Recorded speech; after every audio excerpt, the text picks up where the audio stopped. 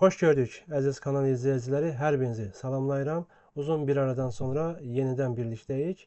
Böyük əksəriyyət şagirdlər yazılı tələb olunan tapşırıqların həll edilməsində müəyyən qədər çətinlik çəkə bilirlər. Bu alqoritmlərlə bağlı ola bilər və eyni zamanda Python proqramlaşdırma dili ilə bağlı ola bilər.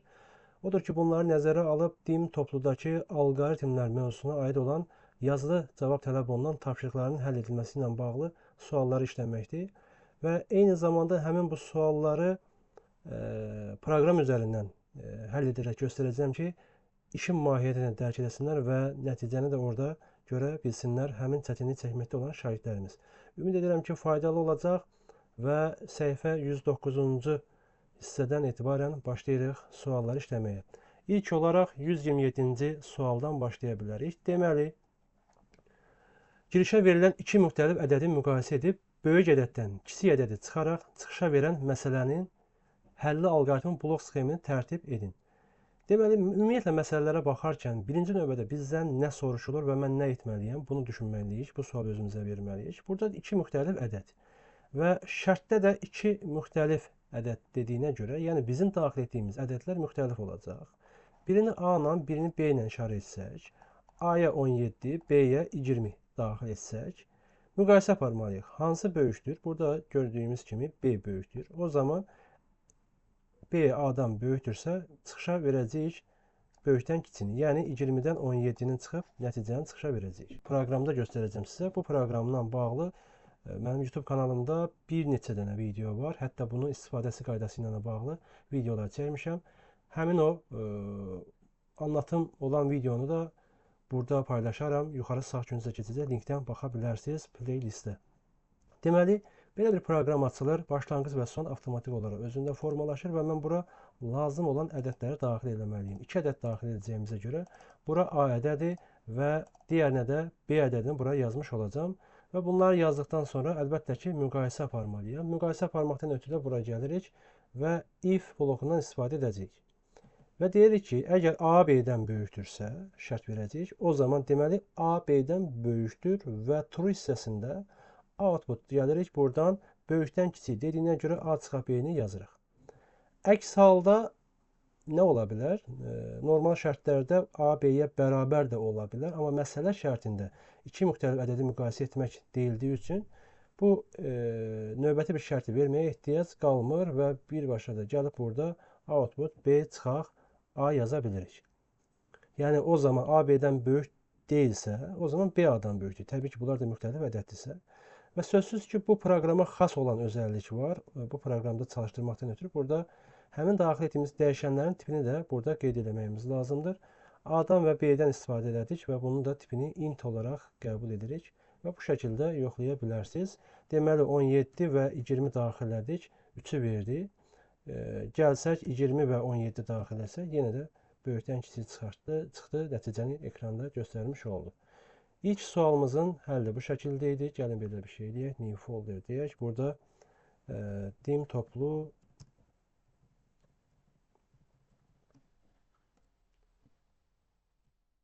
%127-ci tapşırıq idi, səhv eləmirəmsə. Keçə bilərik 128-ci suala. Girişə verilən ədədin tək və ya cüt olub-olmadığını. Burada yenə də bir dənə ədəd daxil edəcəyik. Bu ədədin tək yoxsa cüt olduğunu. Bilən şagirdlər var əlbəttə ki, amma ola bilsin ki, bu video ilk dəfə öyrənməyə çalışan şagirdlərin də qarşısına çıxa bilər. Odur ki, onu nəzərə alıb deyirəm ki, biz 7 ədədi və 8 ədədin tək və cüt olduğunu bilirik. Nəyə görə? Çünki bu ədədi 2-yə böləndə qalıqda 1 verir. Bu ədədi 2-yə böləndə qalıqda 0 verir. Və burada bölməni də bu şəkildə yazacağıq. Əgər ədəd, bunlara hər hansı bir n ədədi desək, n ədədini 2-yə böləndə qalıqda əgər 1 verirsə, deməli bu təkdir. Əks halda deməli cütdür. İndi bunu da nəzərə alıb burada sürətli bir şəkildə yazmağa çalışaq. Deməli file new dedik. Bunu əvvəldən daxil edəcəm. Bu proqramı istifadə ediriksə, bu bizə lazım olacaq həmişə. Kağız üzərində buna ehtiyac qalmır. Bir n ədədi daxil edirik. Bu n ədədi daxil etdikdən sonra və yenidən if əmrindən istifadə edirik. A faiz 2 bərabərdirsə 1-ə. Deməli bu nədir? Bu təkdir və ekranda tək olmağını istəyirik. Output və burada da gəldim yazıram tək. Ekranda görmək istədiyimiz ifadəni dırnaq işarələri arasında yazırıq. Tək deyilsə, deməli, inkarında da yazırıq, bu cütdür. Bu şəkildə yazdıq. Və n ədədini bura daxil elədik. Burada bir şey unutmuşuq. Burada da n yazdıq, n-dir. n faiz 2 bərabərdir 1. Bu şəkildə yoxlaya bilərik. 16 daxil elədik, ədədin cüt olduğunu göstərdi və 5 daxil elədik, ədədin tək olduğunu göstərdi. Təbii ki, bunu əksinə də dəyişə bilərik. Əgər burada mən 2-yə böləndə qalıqda 0 alınırsa, deməli, deyəcəm bu cütdür. Ya da belə də dəyişə bilərik, bu da qarşınıza çıxa bilər. 0 alınmırsa, deməli təkdir, yox, əks halda cütdür. Bu şəkildə də yoxlayıb, dəyişib, yaddaşda saxlaya bilərsiniz. 128-ci sual bu şəkildə idi. 129-cu suala baxsaq, girişə eni və uzunluğu daxil edilən düzbucaqlının sahəsini və perimetrini hesablayan alqoritmin blok sxemi. Bilirik ki, perimetr bərabərdir A plus B vuraq 2, sahə isə bərabərdir A vuraq B-yə. Bunu hesablayıb ekranda göstərəcək. Yenə də biz eni və uzunluğu daxil etmək üçün 2 dənə inputdan istifadə eləməyimiz lazımdır. Gəlirik bura və burada yazıram input və dediyimiz kimi bizə bu lazım olacaqsa bunu da qeyd edirik. Artıq burada yaza bilərik. A-nı yazdıq və eyni zamanda B-ni yazdıq. Burada yazırıq. Əsa ilə istifadə elədik. Həmin ifadəni bura yazırıq. İlk öncə deyək ki, perimetri tapmaq istəyiriksə bu şəkildə 2 vuraq A üstə gələk B-ni yazırıq. Və davamında da S bərabərdir. S-i yazdıq bura. A vuraq B-ni burada yazdıq. A vuraq B. Bərabər işarəsi burada olduğuna görə burada bərabər qoymuruq. Bəzən bunu yazırlar şagirdlər. Deməli, outputda da verəcəyik biz nəyi? P-ni və S-i. P və S-i burada outputda gəlib çap eləyə bilərik. Odur ki, həmin daxil etdiyimiz A-nı, B-ni, P-ni və S-i də burada həmçinin göstərməyimiz lazımdır. Yoxlayırıq. 2 və 6 daxil edik. Perimetri 16 verdi. Sahəni isə 12 burada gördüyünüz kimi bu şəkildə yazdıq. Bunda 129-cu sual deyə qeyd edə bilərik. Keçdik 130-cu sual. Daxil edilən ixtiyari bir ədədin müsbət və ya mənfi olduğunu müəyyən edərək müsbət və ya mənfi sözləri çıxışa verilsin. Əks halda 0-a bərabər olacaq. O zaman da 0-ın çıxması lazım olsun deyirik. Burada yazırıq. A ədədi daxil edirik. Yenə də if-dən istifadə edəcəyik, əlbəttə ki, if-lə yoxlayacaq. Həmin bu daxil etdiyimiz ədəd görəsən 0-dan böyükdürmü? 0-dan böyükdürsə, o zaman müsbət deyirik. Və burada da yazırıq müsbət. Əks halda biz deyə bilmərik mənfi, çünki 0-a bərabər də ola bilər. Onu nəzərə alıb bir dənə if veririk və burada deyirik ki, A kiçikdirsə 0-dan, o zaman müsbət deyilsə, 0-dan kiçikdirsə gəlir və burada artıq bəlli oldu ki, bu mənfidir. Mənfi. İndi bura diqqət edin. A 0-dan böyükdürmü? Yox. Yəni false. A 0-dan kiçikdirmi? Yox. O zaman deməli A 0-a bərabərdir. Ekranda 0-a bərabərdir çıxması üçün bu sözü yazırıq. 0-a bərabər. Deməli, A-nı yazdıq. Burada da yoxlaya bilərik. Artıq bu ifadələr. 15 yazırsınız, müsbətdir. 5, mənfi 5 yazırıq, mənfidir. Və 0 yazdığımız anda da 0-a bərabərdir nəticəsini burada görmüş oldunuz. 131-ci sual. N dəfə informatika sözünün çap edən alqoritm blok sxemini qurun. N dəfə informatika sözü. Bu deməkdir ki, dövrdən istifadə edirik və hər dəfə də informatika sözü çap olunsun. Yenə də bunu əslində bir neçə variantda da yaza bilərik. Gəlin bunu yaddaşda saxlayaq. 130. İlk öncə biz n-i daxil edək. N. Bu daxil etdiyimiz n sayı bildirir. Yəni mən neçə dəfə n daxil edəcəm ki, o qədər də informatika sözü ekranda görünsün. Bunu ilk öncə while-la belə yaza bilərik. i-nin başlanğıc qiymətini 1 götürərik və deyərik ki, həmin bu 1 i kiçikdir, bərabərdir n. Yuxarıda nəsə bir boşluğumuz oldu. Bunu düz yazmadıq deyəsən. i 1-dir. i 1-dir. Nə qədər ki i n-dən kiçik bərabərdir, o zaman ekranda informatika sözü çap olunsun. Və bunu da bu şəkildə yazdıq. İnformatika. Məsələn, belə bir şey deyək. N-i 5 daxil eləmişik. 1 5-dən hər zaman kiçik olduğuna görə dövr bu şəkildə olsa davamlı olaraq gedəcək və dövr bitməyəcək. Bizə lazımdır ki, i 1 vaid artsın hər dəfə və getsin n-ə bərabər olsun və ən nəhayət n-dən böyük olsun ki, dövr bitsin. Odur ki, burada biz bu ifadəni yazmalıyıq. i-ni 1 vahid artırmalıyıq. i bərabərdir i plus 1. Və bunu yazdığımız anda avtomatik olaraq artıq nə qədər ki 1 n-dən kiçik bərabərdir, outputda informatikadan çıxaracaq. Əks halda dövr bitəcək və biz istədiyimizi əldə etmiş olacağıq. N-i daxil edik, i-ni də gəlin daxil edək. Deməli, bu da bu şəkildə biz nəyə unutduq? Bura yox. Burada əlavə eləməyimiz lazımdır.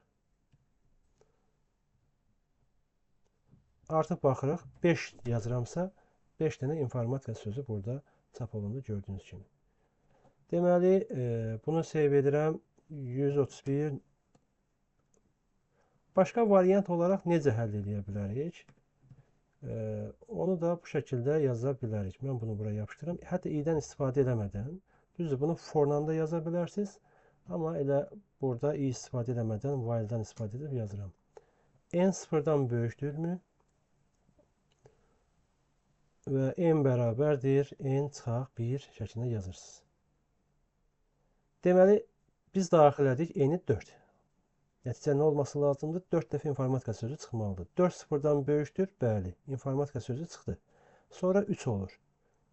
3 sıfırdan böyükdür, bəli, informatika sözü çıxdı. Sonra olur 2. 2 sıfırdan böyükdür, bəli, informatika sözü çıxdı. 3-cü dəfə çıxıb. Sonra olur 1. 2-dən 1 çıxanda 1 qalır. 1 sıfırdan böyükdür. 4-cü dəfə informatika sözünü çıxartdı. Sonra gəlir n olur 0. 0 sıfırdan böyükdürmü? Xeyr, dövr bitmiş olur.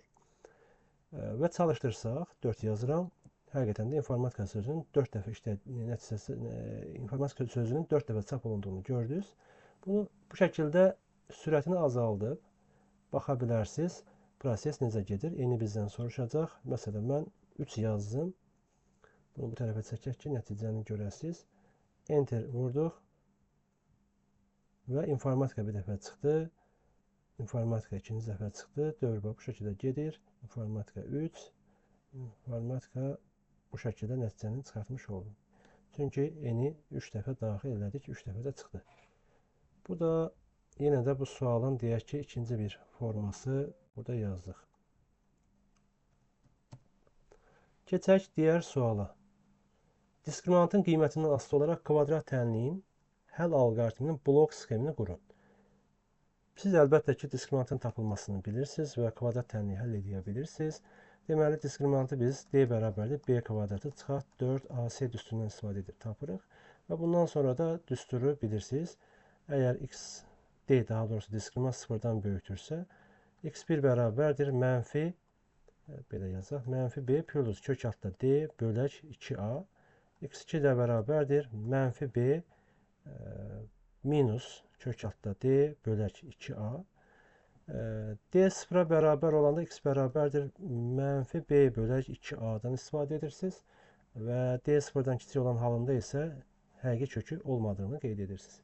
İndi biz ilk öncə diskriminantı tapmağımız lazımdır. Və bir də kök altda d ifadəsi necə yazılacaq, onu da gəlin irəlidə yazanda deyərəm. Ctrl N. Bizə 3 dənə qiymət daxil etmək lazımdır. Burada gəldik. A-nı, B-ni, C-ni yazırıq. Üstəgələ bu bizə lazım olacaq. Və elə bunları yazmışkən biz diskriminantı tapa bilərik. D, B kvadratı. B vuraq B. Çıxaq 4 vuraq A vuraq C. Bu şəkildə yazırıq. D-ni artıq tapandan sonra D-ni müqayisə apara bilərik. Və deyərik ki, əgər D sıfırdan böyükdürsə, o zaman 2 həlli var və həmin həlləri də burada yazaq. X1 bərabərdir. Az öncə yazdığımız kimi, sadəcə yazılış qaydasında mənfi B üstə gələk, kök altda D. Bunu square root SQRT istifadə edib bu şəkildə yaza bilərsiniz. Mənfi B plus SQRT D. Bölək, belə yazacaqsınız da, yəqin ki, aydın oldu. Bu ifadəni böləcəyik 2 vuraq A-ya. Amma bunun yerinə necə bir şey yaza bilərik, onu da burada göstərim. Əgər square rootdan istifadə eləməsəz, məsələn, deyək kök altda 16-dır. Bunu bu şəkildə yazırıq. Yəqin ki, burada ikinci dərəcədə olduğu nəzərə alsa, 16 üstü 2-də 1. Bu da 16 üstü 0,5. Və bunu da proqramda 16 üstü 0,5 kimi yazmış ola bilər. Yəni 16 dediyimiz təbii ki, həmin bu D-dən, diskriminantdan söhbət gedir. Elə də yaza bilərsiniz, belə də, yəni necə uyğundursa, hətta elə belə qalsın hələlik. Dəyişmədim, Ctrl+C və buradan da gəlirəm. Bu ifadəni burada yazacağıq. Burada sadəcə bunu mənfi edirik, minus və burada da x2. x2. Əks halda nə ola bilər? Sıfıra bərabər ola bilər, sıfırdan kiçik ola bilər. Odur ki, bir dənə də if veririk və deyirəm ki, əgər D bərabərdirsə, sıfıra, deməli, bir həqiqi kökü var. O da bu şəkildə yazacağıq. x1 bərabərdir. X-lərimiz balaca ilə yazaq hər birini. x1 bərabərdir. Mənfi B bölək 2 vuraq A. Bu şəkildə yazdıq. Burada deyəsən x-i böyük yazmışıq. X. Hətta x2-ni də buna bərabərləşdirə bilərik. Elə x2 bərabərdir, x1 də yaza bilərik, ya da yenidən düstur yaza bilərsiniz. Əks halda deməli nədir? Həqiqi kökü yoxdur. Yoxdur. Bu şəkildə yazdıq. Və bu ekranda işləyərsə, ekranda belə çıxacaq. Burada isə yekun x1, x2-ni çap eləməliyik. x1 və x2-nin də nəticələrini burada verək. O zaman deməli bura gəlirəm. x1 və eyni zamanda gəlirik buradan x2-ni də çapa verək. x2. Nəzərə alsaq, digərində də gəlib burada yoxlaya bilərik. Burada x1 və x2-ni. Hətta bunu yazmaya da bilərik. Sadəcə x1-i versin. İstəsəz sizə necə uyğundursa və deməli 3, 6, 4 yazdığımız anda həqiqi kökü yoxdur. Nəticəsi ekranda çıxdı. Hər halda diskriminantı hesablasaq, sıfırdan kiçik olduğu görüləcək. Deməli, bunu da yaddaşda saxlaya bilərik. Artıq 132-ci sual idi. 130-cu sual faktorialın tapılması ilə bağlıdır. Faktorialı tapacağıq və cəmləyəcəyik. Neçəyə qədər? N faktoriala qədər. Yəni, 1 faktorialın üzərinə 2 faktorialın nəticəsinin, üzərinə 3 faktorialın, ən nəhayət N faktoriala qədər bu proses gedəcək. Yenə də dövr istifadə edəcəyik və gəlin yoxlayaq. İlk öncə bu bizə lazımdır və eyni zamanda N bizə lazımdır. N faktorial və bir cəm olduğunu nəzərə alıb, bizim başlanğıc olaraq bir cəmimizin də 0 olduğunu burada qeyd etməliyik. İlk başda cəmimiz 0-dır. Və faktorialı hesablamaqdan ötürü, faktorial ümumiyyətlə nə olduğunu yəqin ki bilmirik. Məsələn, belə bir şey deyək. 3 faktorialdırsa, bu 1-dən başlayacaq, 2-yə vuraq 3. Özünə qədər ədədlərin hasilidir. 4 faktorial olacaqsa, 1 vuraq 2, vuraq 3, vuraq 4. Hər birində onsuz da 1-dən başlayır və özünə qədər arta-arta gedir. İlk öncə buna baxaq. Deməli, biz hələ ki tapırıq. N faktorialın nəticəsini tapırıq. O zaman bir dənə burada əlavə edirik. I bərabərdir 1. Çünki 1-dən başlayır və while-ın şərtini bu şəkildə yazsaq, While nə qədər ki, i kiçikdir, bərabərdir n, belə olduğu müddətdə, hələlik bunu dəyişirəm, birazdan qayıdacam bura, h bərabərdir 1 yazıram. Bir hasildir, faktorial hasildir, burada da qeyd edədik. Baxın, ilk başlanğıc qiymət götürməliyik, növbəti ifadəni görəndə həmin o ifadəni ona vurub, nəticəni də ekranda göstərməlidir, yəni ədədə qədər. Baxın, burada yazıram, h bərabərdir, h vuraq i. i-ni h-a vurması lazımdır. Və ona görə də biz başlanğıc qiyməti h-ın 1 götürdük. Və i də 1-dən başlayır. 1-i 1-ə vurdu, 1. Bunu vurduq və növbəti dəfədə axı i 1 vahid artmalıdır, 2-yə vurması lazımdır. Odur ki, onu nəzərə alıb i bərabərdir, i plus 1 də yaza bilirik. Və əgər belə bir ifadə işlədiriksə, baxaq görə biz h-ı tapa bildikmi? Yəni, faktorialı tapdıqmı? N-dən istifadə elədik, i-dən istifadə elədik, h-dan istifadə elədik. Bu şəkildə yoxlaya bilərik. Və yoxlayıram. 5 yazıram, 120 çıxartdı. 4 yazıram, 24 çıxardır və bu şəkildə işləyir. Deməli, biz hal-hazırda n faktorialı tapmışıq. Amma bizdən nə soruşulur? Bizdən soruşulur ki, burada faktoriallar cəmini tapırıq. Yenə də n-ə qədər. Bunu nəzərə almalıyıq. Bayaq yazmışdım, dəyişdim, yenidən bunu əlavə eləməliyik ki, bir cəm olduğuna görə cəmin də başlanğıc qiymətini 0 qeyd edirik. Və çox bəsit, bu faktorialı tapır. Bu faktorialı tapan kimi də üzərinə gəlirik. S bərabərdir, S plus H. Həmin faktorialı üzərinə gəlir. Və bu dəfə H-ı yox, S-i çapa verək. S-i çapa verək və gəlirik. Burada da S-i əlavə edirik. Yəni, bu proqram çalışsın. Əgər 3 yazıramsa 9 verdi və 4 yazıramsa 33 verdi. Gəlin baxaq, burada 3 o deməkdir ki, bura qədər faktoriallar cəmi, bura 1 edir, bura 2 edir, burada 6 elədiyinə görə cəm 9. 4 faktorial da olduğuna görə 24 edəcək bu. 9-un da üzrə 24 gələndə 33-ü alırıq. Və yazdığım bu kod sadəcə bir versiyadır. Daha fərqli versiyalarla həll edə bilərik. Amma hələlik bundan yekunlaşırıq. 133-cü sualda bu şəkildə yazılır. 134-də nə soruşur bizdən? Daxil edilmiş n sayda ixtiyari ədədin ədədi ortasını. Deməli, n sayda ifadəsini artıq bayaq hansı sual idi? N dəfə buradan o məntiqi başa düşmüşüksə, yenə də onu yazmağa çalışacağıq. N sayda ixtiyari ədədin ədədi ortasını çap edəcəyik. Ədədi orta nə deməkdir? Cəmin saya bölünməsidir. Cəmin saya bölünməsidir. Bizim n sayda dediyimiz elə həmin o sayı bildirəcək. Sadəcə daxil etdiyimiz ədədlərin gəlin cəmini də tapaq və o ifadəni ekrana çıxarmış olaq. Bu şəkildə yazırıq. N sayda ədəd. N sayda ədəd. Gəlin bu üsundan yazaq. N dəyişməsin burada. I bərabərdir 1.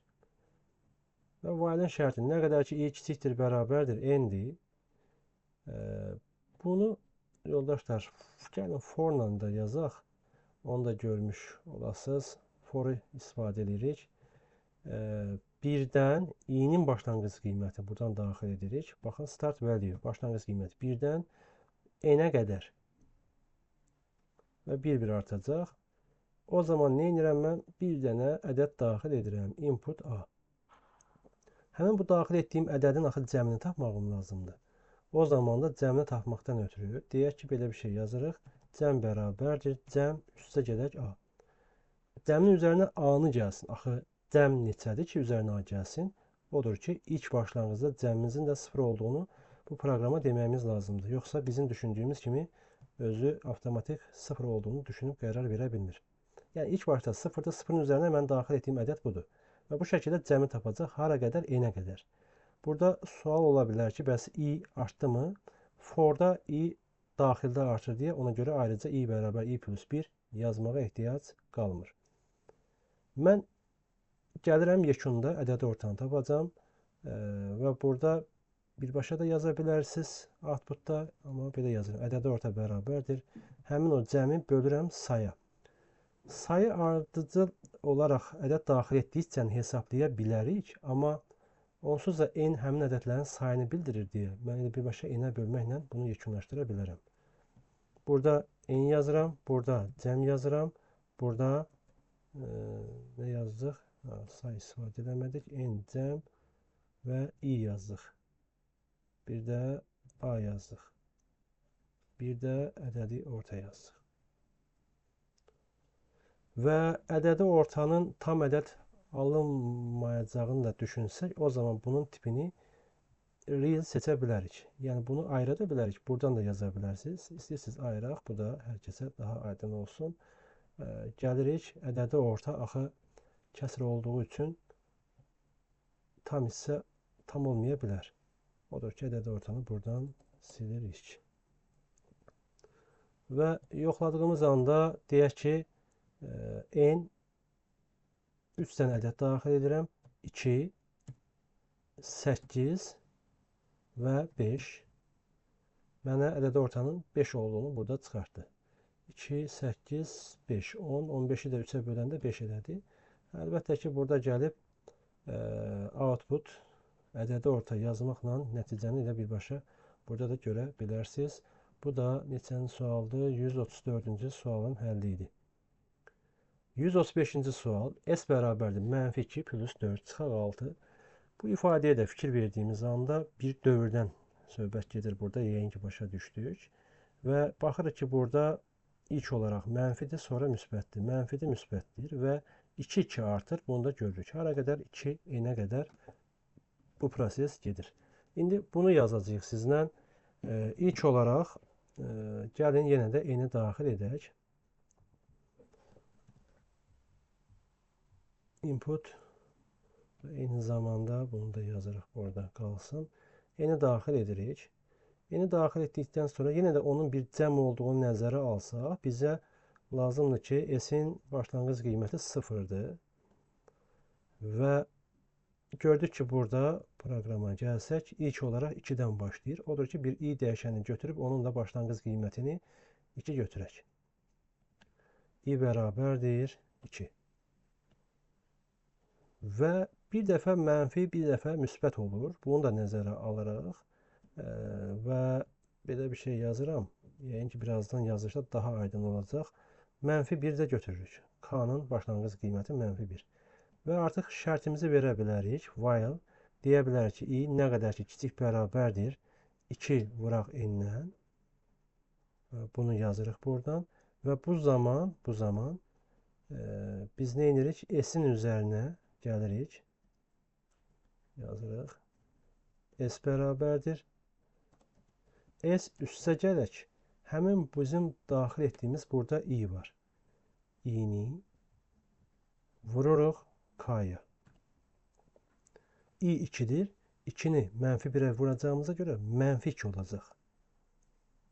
Bunu burada yazdıq. Gələn dəfə isə biz axı i-ni artırmalıyıq ki, 4 olsun.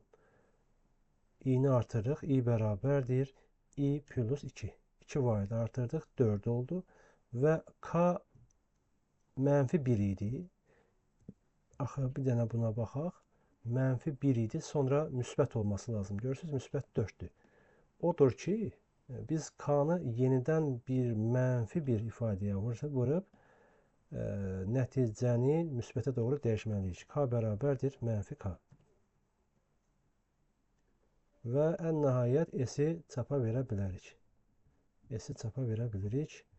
Bu şəkildə də yazdıq. Deməli, n yazıram, i yazıram, k yazıram, s yazıram. Başqa nəsə qaldı mı? Buradan baxa bilərik. S, i, k qalmadı. Səhv eləmirəmsə, bunu yoxladıq və yoxlaya bilərik. 3 yazıram, -4 çıxdı. Baxaq görək, elədimi? 3 yazanda bura qədər gələcək. -2, 4, buraya edir 2. 2-dən də 6 çıxanda, bəli, -4 eləmiş olur. Bu ifadəni bu şəkildə yazdıq. Deməli, Ctrl-S 135-ci sualın da həlli bu şəkildə. Bəs burada əlavə olaraq necə edə bilərik? K istifadə eləməsək, O zaman onun için başqa bir dəyişən verib yaza bilərik üstəlik. Amma hələlik qalsın istəyirsiniz. İrəlidə bu tip sualların fərqli həllərinə baxa bilərik. 136 verilmiş y bərabərdir. Deməli, x böyük 7 olanda nə olur? Bu olur. X 7-yə bərabər olanda nə olacaq? Bu işləyəcək. Deməli, x 7-dən böyük deyilsə, 7 də deyilsə, yerdə qalan bir dənə bu hal var. Bu işləyəcək. Gəlin bunu da yazaq. Bura gəlirəm. Ctrl N dedik və biz burada yoxlayacağıq. Nəyə daxil edirik? X-i daxil edirik və yoxlaya bilərik. If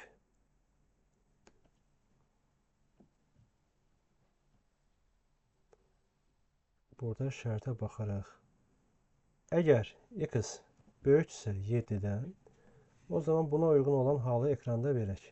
Birbaşa outputun içində də verə bilərik. Ya da y yazaq, əgər oradakı kimi görünməsini istəyiriksə.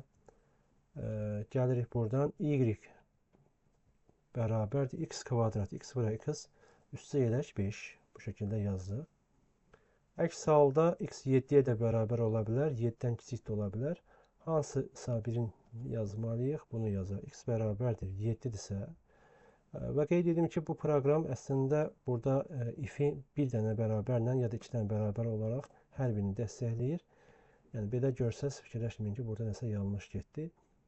Və output yazmırıq. Y bərabərdir. Bunu kopyalayıb buraya yapışdıraq, pəst edik və burada da dəyişirik x kubu plus 7. X bura x şəklində yaza bilərik. Ya da x kubunu belə də yaza bilərik. Üstə edək 7. Biz nə işarətinə yazdıq? X 7-yə bərabərsə bunu işlətdi. Əks halda bu qaldı. O zaman başqa if vermədən də birbaşa bunu burada yaza bilərik. Y bərabərdir x üstü 4 çıxaq 8. Və ən nəhayət gəlirik buradan y-i çapa veririk.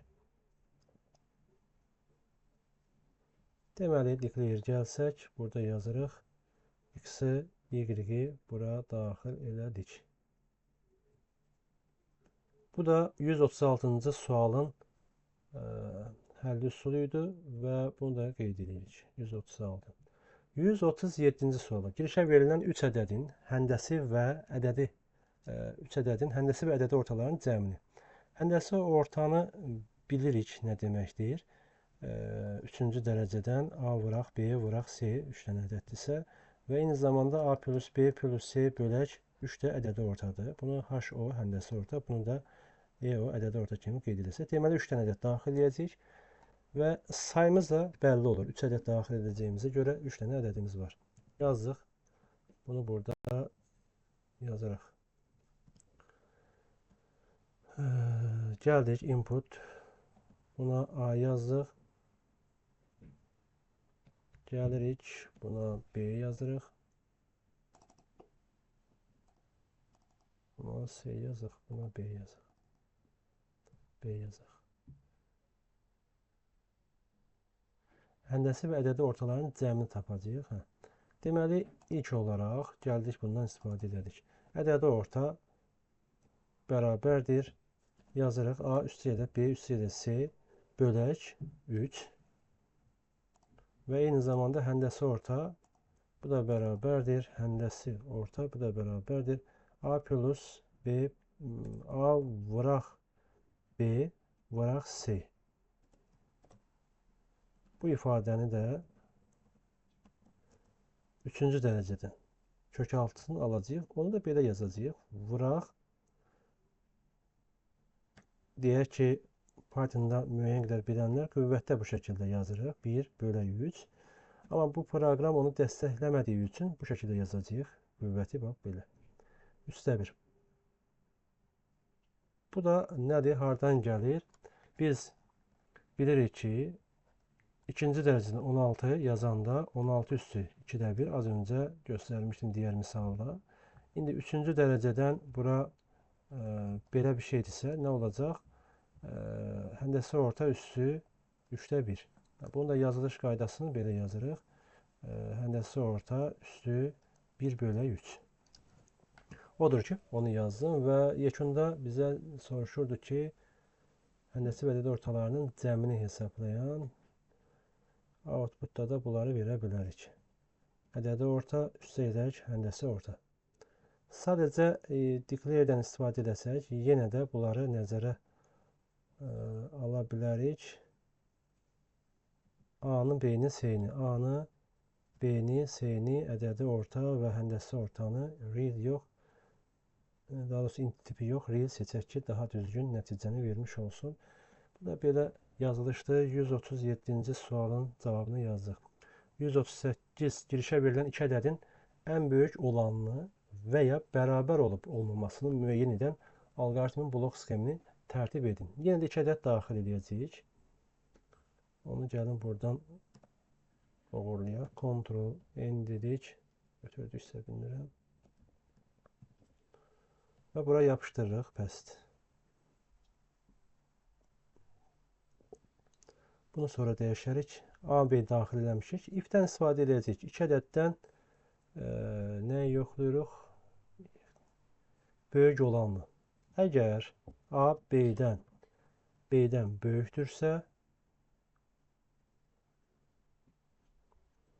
burada ekrana çıxacaq ki, A, B-dən böyükdür. A.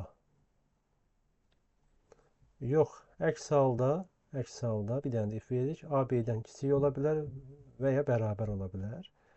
Odur ki, bunu yazırıq. Belə yazaq. Əgər, hətta belə yazaq. B böyükdürsə A-dan, deməli, B-ni çıxarsın. Və gəlirik burada bir dəqiqədir. Bu proqram bəzən B-ni çap eləsin və eyni zamanda A, B-dən böyük deyilsə, B də A-dan böyük deyilsə, o zaman bunlar bərabərdir. Ekranda çıxarsın ki, A, B-yə bərabərdir. A bərabərdir B. Bunu yazdıq. Deməli, A-nı, B-ni müqayisə apardıq. A, B-dən böyüksə A, B, A-dan böyüksə B, əks halda bu şəkildə. Odur ki, bura A-la B-ni yazırıq. A-nı, B-ni yazdıq bu şəkildə. Yoxlaya bilərik. İstəsəz 5, 3 yazsaq, 5 çıxartdı. Gəlib 6, 6 yazsaq, A, B-yə bərabərdir. 9, 18 yazsaq, 18-i böyüyü çıxartdı. 138-ci sual idi. Səhv eləmirəmsə, 138-ci sual. Bəli. Girişə verilən ixtiyari 10 ədədin cəmini hesablayan alqoritm blok sxemini tərtib edin. 10 dənə ədəd daxil edəcəyik. 10 ədədin cəmini hesablayacaq. N sayda ilə bağlı işləmişiksə 10 dənə ilə də bağlı işləyə bilərik. Yenə də dövrdən istifadə edək. Və input burada bir dəqiqə 10 dediyinə görə artıq N-i də daxil etməyə ehtiyacı yoxdur. Və hətta yenə də bunu formla yazaq. I bərabərdir 1-dən 10-a qədər. Və bu şərt ödəndiyi müddətdə artıq biz ədəd daxil edə bilərik. Ədəd daxil elədik. Buna dedik A. İxtiyari 10 ədədin cəmini dediyinə görə və S tapacağıq ki, S bərabərdir. S üstə edək A. O zaman başlanğıc olaraq S-in bir qiymətini 0 götürürük. S bərabərdir 0 götürürük. Və ən nəhayət S-i də çapa veririk. S-i də çapa verdik. Deməli, S-dən istifadə elədik, A-dan istifadə elədik, bir də deyəsən I-dən istifadə elədik. Burada ixtiyari ixtiyari 10 ədədin, yəni bu kəsr ifadəsi də ola bilər deyib, bu şəkildə seçdik və 10 ədədi burada daxil edəcəyik. Hər dəfədə S-i toplayacaq və yekun nəticəni də bizə vermiş olacaq. İstəsəz yoxlaya bilərik. 1, 2, 3, 4, 5, 6, 7, 8, 9, 10. 55. 1-dən 10-a qədər 55 edir ədədlərin cəmi. Bunu da qeyd edək 139. Qeyd etdiyim kimi yazdığım məsələlərin bir çoxunun fərqli təbii ki, alternativ yolları var. Sadəcə hərəsinə aid demək olar ki, bir nümunə ilə çıxış edirik. Gəldik 140-cı suala. Əbavu hesablayan alqoritmin blok sxemini tərtib edin. Maraqlı sualdır. EBOB-la bağlı fərqli variantlarda yaza bilərik. İlk öncə belə bir şey yazırıq. Deməli, yenə də bizə 2 dənə ədədin daxil edilməsi lazımdır. Birinə A, birinə B yazırıq. Və gəlirik bura A yazdıq. Onu təsdiqlədik və buna da B yazdıq. Burada yazmadan öncə belə bir nümunə aparın. Evclid, yəqin ki, alqoritmi bilirsiniz. O qaydadan istifadə edəcək ilk öncə. Bura A, bura B yazıram. Və deyirəm ki, nə qədər ki, təbii ki, o zaman dövrdən istifadə edəcəm. A, B-yə bərabər deyil. Misal götürürəm, A-ya 18, B-yə 12 daxil edirəm. Nə qədər ki, bunlar bir-birinə bərabər deyil, böyükdən kiçiyi çıxacam. Deməli, bir dənə də if-dən istifadə edəcəm, müqayisə aparacam. A, B-dən böyükdürmü? Bəli, 18-dən 12-ni çıxanda burada 6. Burada heç bir şey eləmədik, 12 qaldı. Yenə if-i yoxlayacağıq, çünki A, B-dən yenə də fərqlidir. 12-dən 6-nı çıxacaq, böyükdən kiçiyini. Burada 6, burada da 6. Axır ki, bunlar bir-birinə bərabər oldu. Bərabər olduğuna görə istəyirsiniz ya A-nı, ya da B-ni çapa verin. O həmin elə EBOB-dur. Odur ki, yazıram. While deyirik ki, A nə qədər ki, B-yə bərabər deyil. Yazışı bu şəkildə fərqlidir. A, B-dən fərqlidir və bunun içərisində bir if-dən istifadə edəcəyik və if-in içərisində nə yazırıq? A, B-dən böyükdürmü?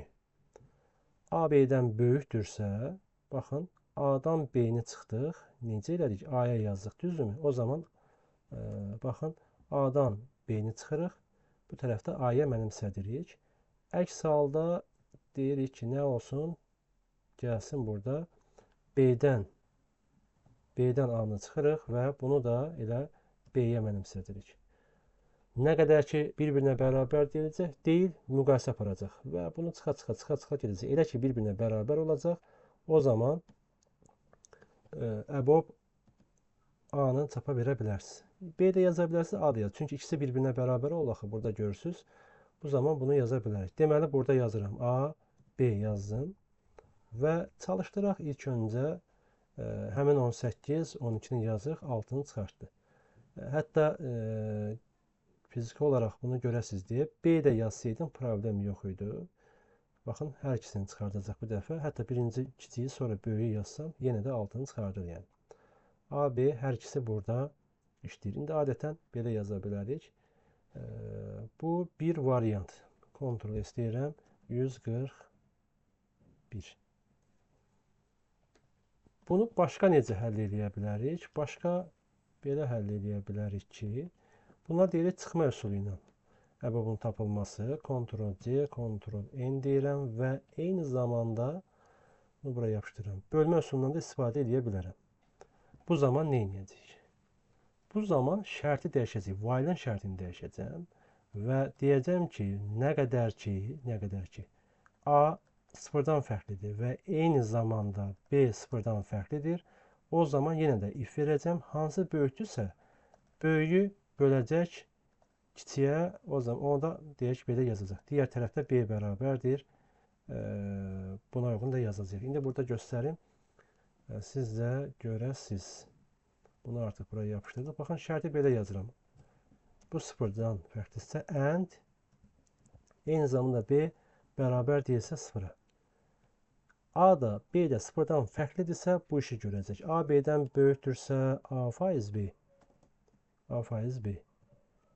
Əks halda B bərabərdir. B faiz A tapacaq. B faiz A. Bu necə olur?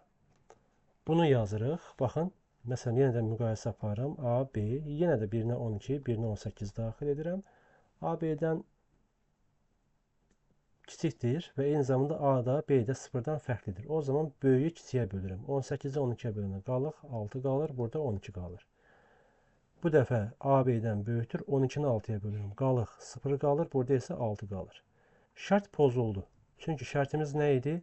A da B-dən sıfırdan fərqlidirmi? Bu işləyəcək. Fərqli olmadığına görə, çünki A artıq 0 oldu. While şərti pozuldu. Bu zaman gördüyünüz kimi 6, yəni biz EBOB-u tapdıq. Amma bu əksinə olsaydı necə olacaqdı? A-nı, B-ni burada 18, burada 12 yazarıq. Bu zaman 18 12-dən böyükdür deyə böldük 6, burada 12 qaldı.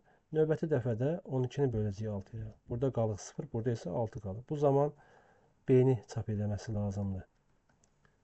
Bunu o zaman necə edə bilərsiniz? İlk ağla gələ bilən bu ola bilər ki, if verə bilərsiniz. Hansı sıfırdan fərqlidirsə o da EBOB. Yəni artıq B-mi, A-mı elə qərar versin. Ya da sıfırdırsa o deyil. Ya da elə yekun olaraq A plus B versəz, onsuz da bu da 6 edir, bu da 6 edir. Nəticəni də tapmış ola bilərik. Və burada da həmçinin gəlirik, bu şəkildə yazırıq ki, A plus B. Buranı düz yazdıqsa, daxil eləyək 18, 12, yenə də 6-nı gördüyünüz kimi çıxardır və 12, 18, 18, yenə də 6 ekranda görülmüş olur. Hətta elə bu əbuba gəlmişkən bir dənə də üsulu sizlə bölüşək. Deməli, burada belə bir şey yaza bilərik ki, Ctrl S deyirəm, burada yazıram 142 və bununla da bu videonu yekunlaşdırmış olacağıq. Uzun çəkilməsini istəmədim. Ctrl C, Ctrl əslində buna kiçik bir şey lazımdır. Yaxşı, bunu yapışdırdıq bura. İndi bizə lazımdır ki, bu ifadələrdən necə eləyək? Burada yenə də izahını yazmağa çalışıram. 18 və 12. Bunun əbobu maksimum 12 ola bilər də, yəni 2 ədəddən. 2 ədəddən maksimum o birisi ola bilər. O kiçiyə qədər, yəni biz hərəkət edəcəyik. Başlayacağıq, kiçiyə böləcəyik. Bunu da kiçik. Ona görə biz ilk öncə kiçik tapacağıq. Bunu da tapmaqdan ötürü biz gəlin bunu silək, bizi çaşdırmasın. Deyə bilərik ki, if A kiçikdirsə B-dən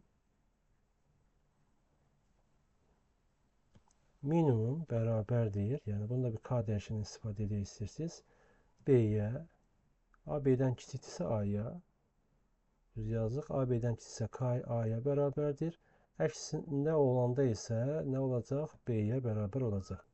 K bərabərdir B. Deməli, biz artıq minimum tapdıq. K-dır. Yəni, hər bir halda K-dır. Və burada artıq şərtimizi verə bilərik. Yenə də gəlirik, while-dan istifadə edirik. While-dan istifadə edirik. Deyirəm ki, nə qədər ki, A faiz K. Yəni, A-nı da mən K-ya bölürəm və bərabər deyilsə sıfıra və ya eyni zamanda B-ni də bölürəm K-ya, bu da bərabər deyilsə sıfıra, o zaman K-dan bir vahid çıxıram. Və burada yazıram ki, K bərabərdir K çıxaq 1. Və ekranda da elə həmin bu K-nı çapa verə bilərik.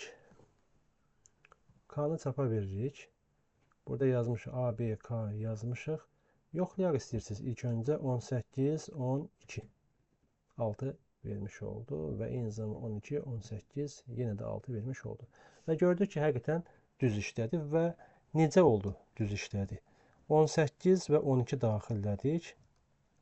Kiçiyi tapdıq. Biz 18-i də bölürük 12-yə. Yəni, baxın, şərt budur. Bölünmürsə 18 12-yə bölünmür. Bəli, 18, yəni tam bölünmür də, yəni. Amma 12 axı 12-yə bölünür. O zaman bu şərt pozuldu. Yəni, işlədi daha doğrusu da belə deyək. İşlədiyinə görə K-dan bir vahid çıxdıq. K axı 12 idi. 12-dən 1 çıxdıq, oldu 11.